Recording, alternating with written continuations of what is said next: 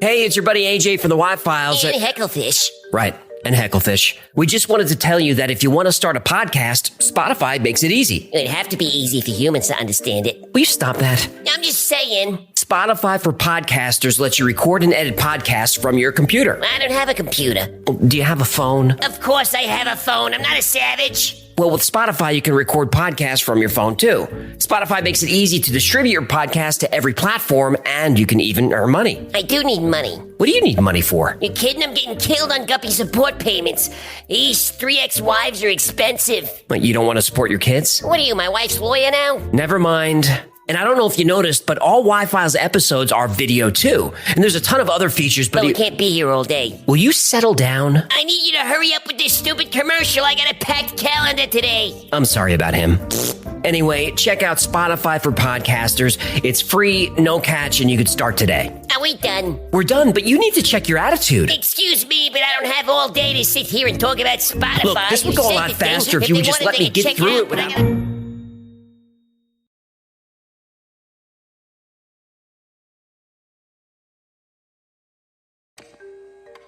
Nikola Tesla believed that he could harness the energy from inside the Earth and transmit that power wirelessly around the world.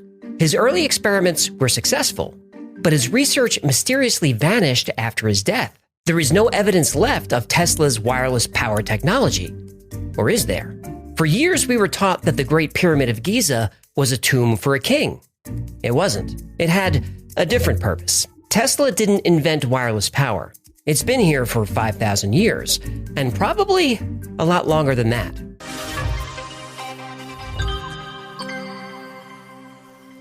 Okay, why were the pyramids built? Storage for dead mummies? Dead mummies? It's a tautology. Mainstream Egyptology says that the Great Pyramid of Giza is a tomb built for Khufu, the 4th dynasty Egyptian pharaoh who ruled 4,500 years ago. But the Great Pyramid doesn't have any characteristics of other Egyptian tombs. The Great Pyramid contains no artifacts, no hieroglyphs, and no elaborate wall art. It's been argued that the granite sarcophagus found in the king's chamber once contained Khufu's mummy. There's no evidence that a mummy was ever there. No mummy has ever been found in any pyramid, ever. Ancient Egyptians considered their pharaohs gods. The Great Pyramid is a strange structure for a god. Small chambers, narrow shafts, no markings at all. The way the pyramid was built and the materials used to build it suggest it had a different purpose. The sides of the pyramid are aligned with the compass with such accuracy that only modern engineering can match it. The Great Pyramid is a mountain made of 2.5 million blocks of stone weighing 6 million tons, piled 481 feet high. Its footprint is over 13 acres. To align this construction within 1/15th of a degree of true north is impossible precision. The base of the Great Pyramid is leveled to within 3/4 of an inch. The only way to do this with modern structures is to use lasers. Even though the sides of the pyramid are over 755 feet long, made of stone blocks weighing between 2 and 40 tons each side is within 2 inches of any other. That's 99.98% accurate. Fun fact, the pyramid doesn't have 4 sides. It actually has 8. Each side is slightly concave that you can only really see from directly above, or when the pyramid casts shadows during the equinoxes. And yes, those angles too are perfect. Whoever built the pyramids somehow knew the size of the Earth. If you take the height of the pyramid and multiply it by 43,200, you get 3,938.685 miles, which is within 11 miles of the polar radius of the planet. That's 99.7% accurate. If you take the perimeter of the base of the pyramid and multiply that by 43,200, you get 24,734.94 miles. That's the Earth's circumference at the equator within 99.3% accuracy. We know that the ancients were obsessed with equinoxes, when the day and the night are the same lengths. The length of the day and night on an equinox is 43,200 seconds. Now, skeptics will say this relationship between 43,200 and the size of the Earth is forced. They say, well, the planet is different sizes in different places, so this is just a coincidence. No, is this one of those episodes where we make the skeptics look like idiots? A little bit, yeah. Oh, good. I love those. Don't gloat. Oh, the skeptics! Most of the Great Pyramid is constructed of nummulite limestone, the reddish-brown blocks that we see today. This rock is found close to the site and is abundant. But the builders of the pyramid also used unusual materials not found locally. The exterior of the pyramid was once covered in casing stones made of bright white limestone. They were polished smooth and fit together so tightly that no seams were visible. These casing stones were cut and shipped from a quarry in Tura, almost 500 miles away. That's like carrying thousands of 10-ton stone blocks the length of the entire state of Florida. They must have been special. Unlike the limestone cut locally, Tura limestone lacks magnesium. This makes it an excellent insulator. Limestone can carry an electrical current. Tura limestone can't. Interior chambers were built with a rare type of granite called rose granite, also brought from hundreds of miles away. This granite has a high concentration of silicon dioxide, also known as quartz. When quartz is compressed or even just moved, it creates a charge called piezoelectricity. One face of the quartz will have a positive charge, the other will have a negative charge. Connect the two faces together and you have an electrical circuit. Because of this property, quartz is used in all kinds of modern devices like watches, clocks, TVs, GPS units, and on and on. To charge a watch that uses quartz, all you have to do is shake it. And if you've ever used a barbecue lighter, the voltage is created by a quartz crystal. The king and queen's chambers were built with granite that is 85% quartz. The tunnels and passageways are also lined with quartz-rich granite. If pressure was applied to all this granite, it would generate a tremendous amount of electricity, turning the pyramid into a giant power plant. And there's proof that this is exactly what happened. The idea that the Great Pyramid was a power plant is not new. It was first proposed in the 1970s. It was and is considered a fringe theory. Ooh, those are my favorite kind of theories. I know. The fringier the better. Fringier? Fringia. No, that doesn't sound right. What's your problem? Oh, I'm sorry. Is the show interrupting your train of thought? Sarcasm, nice. Well, what do you expect? I'm trying to set up the show here, and it's not easy to do when you're jumping in with comments. As more and more discoveries were made over the years, more evidence emerged that the Great Pyramid as a power plant wasn't fringe science, but actual science. One of the most compelling cases comes from Christopher Dunn. He believes the process starts in the subterranean chamber. Below the pyramid are aquifers. As water moves through the underground cavities, sound waves are created. The frequency of these waves resonate with the Earth's natural vibration. As those waves move up through the pyramid, a process is used to magnify, focus, and convert the sound into energy. The Queen's Chamber was used for a chemical reaction that created hydrogen, and there's substantial proof of this. There are two interior shafts that lead to the Queen's Chamber. The northern shaft has traces of hydrochloric acid. The southern has traces of hydrated zinc chloride. Combining these two chemicals creates a volatile reaction that generates hydrogen, a lot of hydrogen. This hydrogen gas would flow from the Queen's Chamber through the horizontal passage and into the Grand Gallery. The Grand Gallery is also made of granite. As the hydrogen gas builds up, the pressure compresses the granite, creating electricity. This electricity also ionizes the air, increasing conductivity. Within the Grand Gallery were 27 or 28 pairs of resonators that would vibrate and emit sound. The hydrogen atoms would organize themselves into waves in sympathy with the sound waves of the gallery. These sound waves further excite the stone, creating even more electricity. Oh, so let me get this straight. You stick the shafts into the Queen's Chamber, which gets the stones excited? That's right, but somehow when you say it, it sounds dirty. I'm a naughty, naughty fish. Acoustic engineers have determined the gallery resonates at 440 hertz and naturally emits an F-sharp chord. 440 hertz and the F-sharp chord have been connected to a lot of woo-woo ideas, but there's a reason for that. It's considered a sound that resonates in harmony with the Earth. The builders of the pyramid knew this. Longtime Mac users will recognize this sacred chord. At the top of the gallery is a small shaft leading to the King's Chamber. The opening is 8.4 by 4.8 inches. This is the perfect size for hydrogen microwaves to pass into the King's Chamber, which also resonates at 440 hertz and F-sharp. Above the King's Chamber are 5 layers of granite beams, stacked and separated by air gaps. This is called the relieving chamber because it was believed that this interior structure relieved the weight of the pyramid. That's not what it does. The beams are smooth on 3 sides, but rough cut on the top. Christopher Dunn believes the reason for the rough cut is this is how the beams were tuned. The builders could vibrate the granite beams and slowly chip away at the stone until they resonated with an F-sharp chord, which they do. The king's chamber is what's known as a Helmholtz resonator. When you blow air across the top of a bottle and create sound, that's a Helmholtz resonator. Change the volume of liquid in the bottle, or change the volume of stone within the chamber, you change the pitch. The entire complex is a giant musical instrument. Now, some skeptics reluctantly agree that the Great Pyramid has musical properties. But for skeptics to consider the pyramid as a power plant, they would need evidence to show that a giant stone pyramid would respond to electromagnetic energy. There was no evidence of that until 2018. MailChimp would like to talk to you about clustomers. A cluster is what happens when marketers fail to personalize their marketing, grouping customers with very different behaviors into one tangled mess. But with MailChimp, marketers can use real-time behavior data to personalize every email for every customer. So get MailChimp and turn your customers into customers. Intuit MailChimp, the #1 email marketing and automation brand. Based on customer numbers. For verification email, advertising at MailChimp.com. Whether true or not, it's scientifically possible that the Great Pyramid was a structure for creating, harnessing, and focusing energy. The exterior was made of material that insulates electricity. The interior was made of material that conducts electricity. The chambers were made of material that creates electricity. The next piece of evidence is the pyramid's ability to focus EM energy.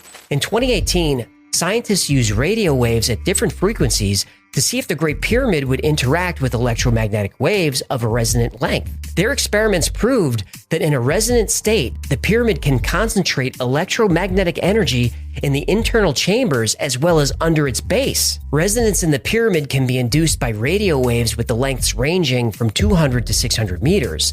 The closer to 200 meters, the more dramatic the effect. A year after that, in 2019, Eric Wilson published a paper called A Large-Scale Thermal Acoustic Generator. The paper describes how, when granite and other rocks are vibrated, electrons will migrate through the rock and up to the surface. By combining science and music, the builders of the pyramid created a power-generating machine tuned to the natural harmonic of the Earth's vibration that primarily comes from the tidal energy created by the moon's gravity. This technology, created thousands of years ago, could generate unlimited clean energy. But how did they get the energy out? That brings us back to Tesla. His Wardenclyffe Tower was built on top of an aquifer, with copper and iron rods extending down into the water. When electricity was sent into the tower, it was to be transmitted around the world through the atmosphere. The pyramid is also built on an aquifer, and copper pipes and iron rods have recently been discovered there. If the capstone was made of gold, the energy concentrated inside the pyramid would have been drawn to the top and transmitted to the atmosphere. Tesla's wireless power distribution system used the resonance of the Earth, just like the pyramid. And just like the pyramid, the energy generated by Tesla's tower would be unlimited, clean, and virtually free for everyone on the planet. But Tesla's tower was destroyed by outside forces. There's evidence that the Great Pyramid was destroyed from within. In the year 1900, Nikola Tesla convinced J.P. Morgan to fund a project to create a wireless communication system. When Tesla received the funding, he decided to scale up the project. Rather than transmit messages around the world, he would transmit power. Tesla had already demonstrated that wireless power would work on a small scale. He famously had light bulbs scattered on the ground that would illuminate when a Tesla coil was activated nearby. Now he wanted to go bigger. He explained this world-changing technology to J.P. Morgan and asked him for more money to complete the project.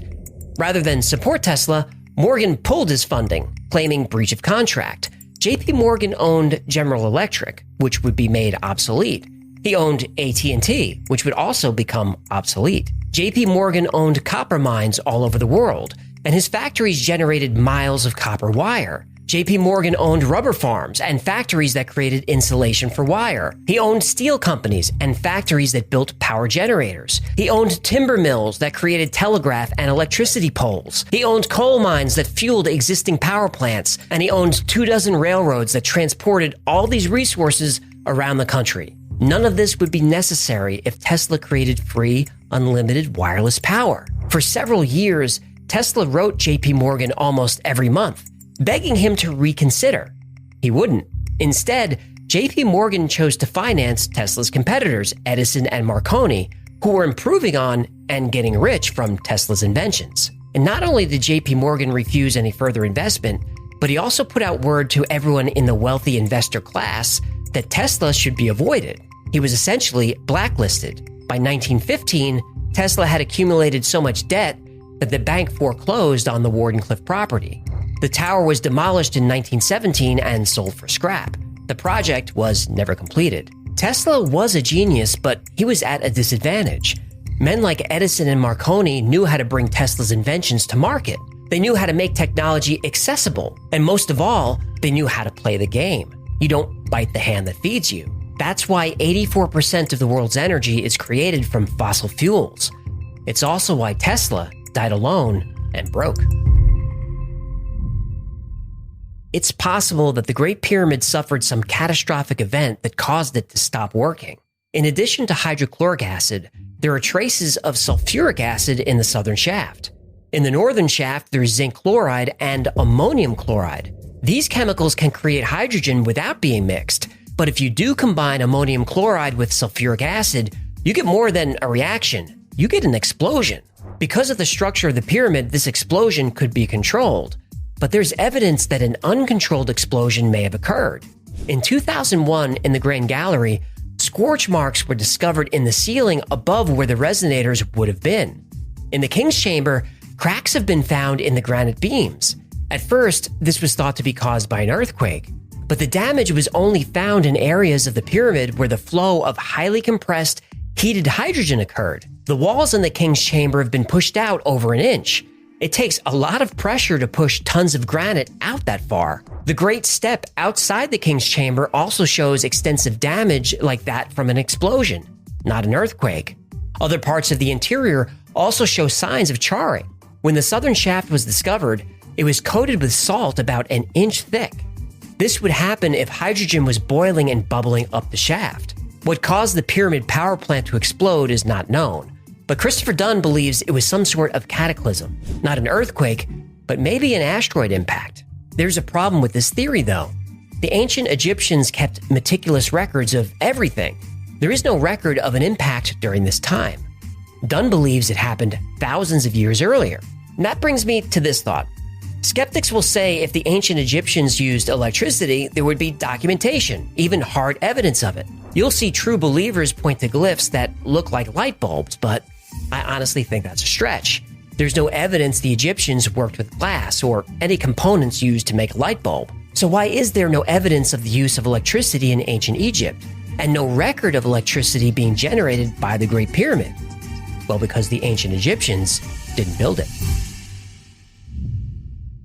There really is no debate by mainstream academics about the who, when, why, or how of the Great Pyramid. It was built by ancient Egyptians in 4500 BC as a tomb for Khufu, and that's that. But what if none of that is true? What if the ancient Egyptians didn't build the pyramid, but found it? And when they found it, it had been dormant for years, maybe thousands of years. Graham Hancock is a proponent of the Orion constellation theory. This says the Great Pyramid complex is almost a perfect match for the stars in the Orion constellation. But they don't line up to where Orion is today. They line up with where Orion was in the sky 13,500 years ago. We've discussed how the builders were obsessed with equinoxes.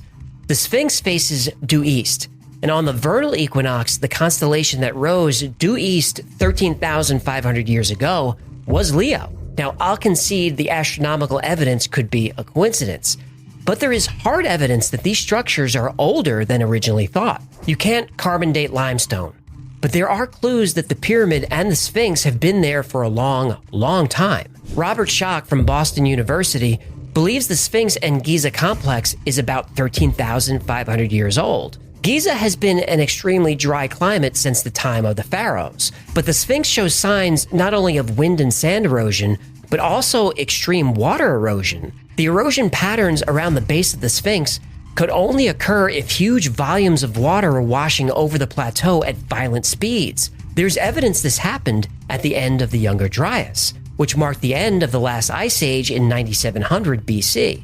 Glaciers were thought to have melted rapidly. Within a few centuries, sea levels rose 500 feet. This is fast in geologic time. But as more evidence was gathered, melting appeared to happen in a matter of decades. This would cause dramatic changes in the Earth's climate.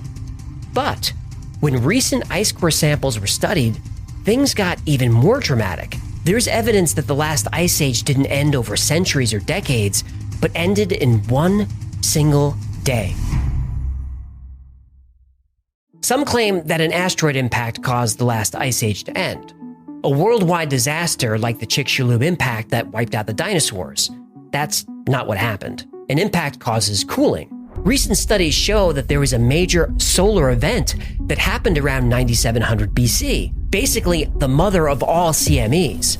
A violent plasma storm hit the Earth and overwhelmed the Earth's magnetosphere, which is our defense against solar radiation. Without the protection of the magnetosphere, massive lightning strikes happened all over the Earth. Lightning that was orders of magnitude more intense than anything we've ever seen. This lightning was hundreds or even thousands of times more powerful than anything from a thunderstorm. There's evidence in over 120 countries of rock melted and turned to glass during this event. This is called vitrification. There's evidence of vitrification in moon rocks. We know for a fact large mammals like saber-toothed tigers and woolly mammoths were wiped out at this time. They didn't slowly go extinct. They instantly went extinct. During the 4 or 5 days of this event, the Earth was also awash in lethal radiation. Only animals that can go underground survived. Most of the human race died during this event. Only humans living near caves were able to find shelter and survive. If glaciers, which covered 30% of the Earth's surface, melted in a day or two, think of the speed, volume, and pressure of water that would rush across the Earth's surface. This water would act like a power washer on stone constructions like the Sphinx and pyramids. Meanwhile, a sky full of plasma and lightning and radiation would have severely damaged the Great Pyramid if it was using a volatile chemical reaction to create power. Every culture has a flood myth that served as a reset of civilization. All those stories seem to point to a cataclysm at the end of the Younger Dryas. Myths of lost continents like Atlantis also fit into this timeline. Now, I'm not claiming anything I've said today is what happened, but I am saying there's evidence that it was possible that an advanced civilization existed thousands of years ago. That civilization had the technology to create unlimited clean energy. Then the glaciers melted, a great flood came, solar plasma and radiation destroyed a significant amount of life on the planet. The civilization then disappeared. Then thousands of years later, as the great Egyptian culture was forming, they would have utilized the pyramid, not for power but for ceremonial or religious purposes. They would have altered the Sphinx, carving away the original design and replacing it with a design of their own. And we know this is what they did. Mainstream scientists are still not convinced, and that's okay. As time goes on and more secrets are revealed, sooner or later we will learn the truth. And I suspect we'll learn that the pyramid power plant theory was right all along. Whoever built the pyramids created energy that wasn't harmful to the Earth, but resonated in harmony with it. A suspicious person might wonder why, if this theory has been around for 50 years, nobody's tried to replicate it, even on a small scale. Unlimited clean energy for everyone on Earth sounds like a way for the entire human race to take a huge step forward. Think of the technological advances that could be made if electricity was free. Think of the political strife, economic instability, and the endless wars that could be avoided. But maybe what's happening now is what happened to Tesla 100 years ago. In Tesla's time, nobody was interested in creating technology that would make power free for everyone. Empires owned by JP Morgan, the Vanderbilts, and the Rockefellers would have been devastated. The Carnegies, the DuPonts, and the Mellons all would have seen significant losses. These families owned all the energy production and distribution in the United States. Their companies were the lifeblood of American industry. The families were American royalty.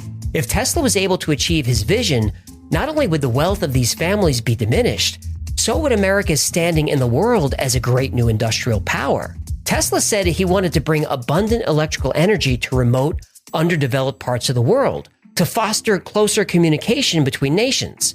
This couldn't be allowed to happen. America and the corporations that controlled it would never have given up their advantage. They still won't. When Tesla died, the FBI and agents of the OSS were, for some reason, close by. Tesla's documents were stored in 80 boxes, all organized and numbered by Tesla himself. Only 60 boxes were discovered. And since then, a few scientists have stated that Tesla's invention would have never worked. But that's what scientists said of most of his inventions. Viewers of this channel know that most science is bought and paid for by corporations and governments. This is especially true in the last couple of years. Get the jab! Right. Another jab! Another jab! Another! Yep. Whether those jabs work or not, you human pincushions are making people rich. Oh, there's no doubt about that. 80% of the products we use today can be traced back to Tesla. But the technology that we really need, now more than ever, is inexpensive, clean energy. Sadly, that technology died with Tesla. Instead, the world went in the direction of coal and oil. And nations fought and continue to fight wars to control these limited resources. Oil, coal, and war may be terrible for the planet and the people who live on it, but they're great for business. And for all his genius, that's something Nikola Tesla never understood. Thank you so much for hanging out with me today. My name is AJ, that's Hecklefish. This has been the Y-Files. If you had fun or learned anything, do us a favor and like, subscribe, comment, and share. I hate to give you homework, but that stuff really helps. And like most topics we cover on the channel, today's topic was recommended by you. And if there's a story you'd like to see or learn more about, go to theyfiles.com/tips. And special thanks to our patrons who make this channel possible. We couldn't do it without you. And if you'd like to support the Y-Files, consider becoming a member on Patreon or grabbing something from the Y-Files store. Now, keeping this bowl topped off with vodka ain't cheap, you know. It's not. I'd like to upgrade from Stoli to Belvedere. Don't push it. That's going to do it. Until next time, be safe, be kind, and know that you are appreciated. I got to sneeze. Couldn't get it. Gesundheit.